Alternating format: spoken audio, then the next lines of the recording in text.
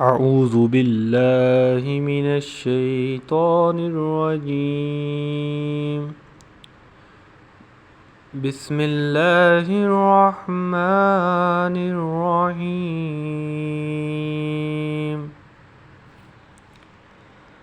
لم يكن الذين كفروا من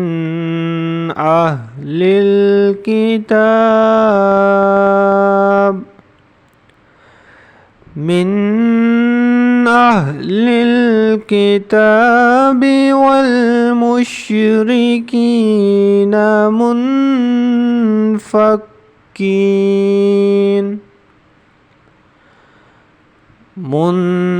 منفكين حتى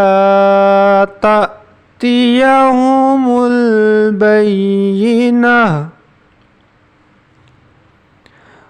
رسول من الله يتلو صحفا مطهرة فيها كتب قيمة. وما تفرق الذين أوتوا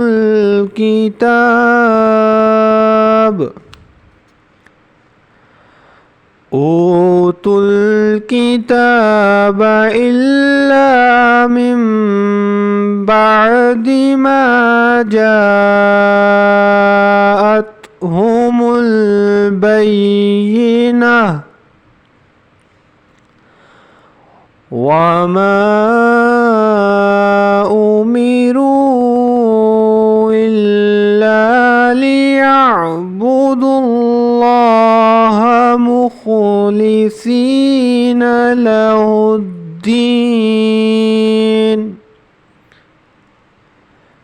له الدين حنفاء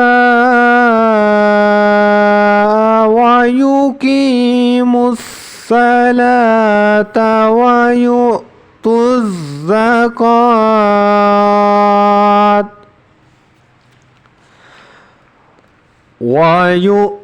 الزكاة وذلك دين القيمة.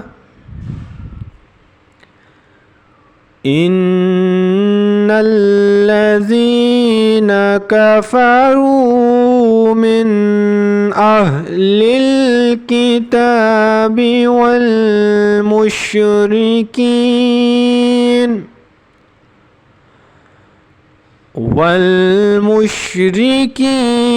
في نار جهنم خالدين فيها.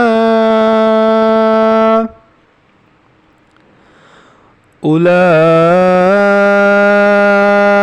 هم شر البرية. إن الذين آمنوا وعملوا الصالحات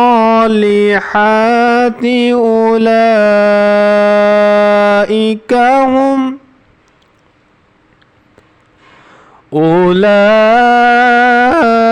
هم خير البرية. جزاؤهم عند ربهم جنات عدن تجري من تحتها الأنهار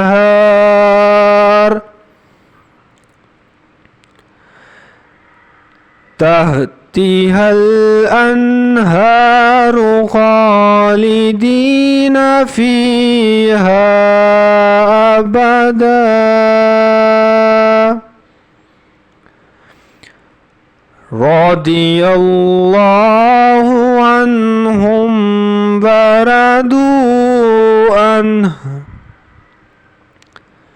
ذلك لمن خشي ربه صدق اللہ العظیم۔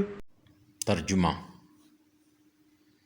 اہل کتاب میں سے جو لوگ کافر ہو گئے اور مشرکین اس وقت تک کفر سے الگ ہونے والے نہ تھے جب تک ان کے پاس روشن دلیل نہ آ جاتی، وہ دلیل اللہ کی طرف سے رسول آخر الزماں صلی اللہ علیہ وسلم ہیں، جو ان پر پاکیزہ اوراق کی تلاوت فرماتے ہیں، جن میں درست اور مستحکم احکام درج ہیں۔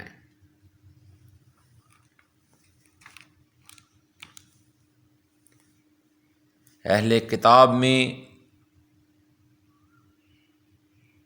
نبی صلی اللہ علیہ وسلم کی نبوت اور رسالت پر ایمان لانے اور آپ کی شان اقدس کو پہچاننے کے بارے میں پہلے کوئی پھوٹ نہ پڑی تھی، مگر اس کے بعد کہ جب بعثت محمدی صلی اللہ علیہ وسلم کی روشن دلیل ان کے پاس آ گئی تو وہ باہم بٹ گئے، کوئی ان پر ایمان لے آیا اور کوئی حسد کے باعث منکر و کافر ہو گیا، حالانکہ انہیں فقط یہی حکم دیا گیا تھا کہ صرف اسی کے لیے اپنے دین کو خالص کرتے ہوئے اللہ کی عبادت کریں، ہر باطل سے جدا ہو کر حق کی طرف یکسوئی پیدا کریں اور نماز قائم کریں اور زکوٰۃ دیا کریں، اور یہی سیدھا اور مضبوط دین ہے۔ بے شک جو لوگ اہل کتاب میں سے کافر ہو گئے اور مشرکین سب دوزخ کی آگ میں پڑے ہوں گے، وہ ہمیشہ اسی میں رہنے والے ہیں، یہی لوگ بدترین مخلوق ہیں۔ بے شک جو لوگ ایمان لائے اور نیک عمل کرتے رہے، وہی لوگ ساری مخلوق سے بہتر ہیں، ان کی جزا ان کے رب کے حضور دائمی رہائش کے باغات ہیں، جن کے نیچے سے نہریں رواں ہیں، وہ ان میں ہمیشہ ہمیشہ رہیں گے، اللہ ان سے راضی ہو گیا اور وہ لوگ اللہ سے راضی۔ یہ مقام اس شخص کے لیے ہے جو اپنے رب سے خائف رہا۔ آمنت باللہ صدق اللہ العظیم۔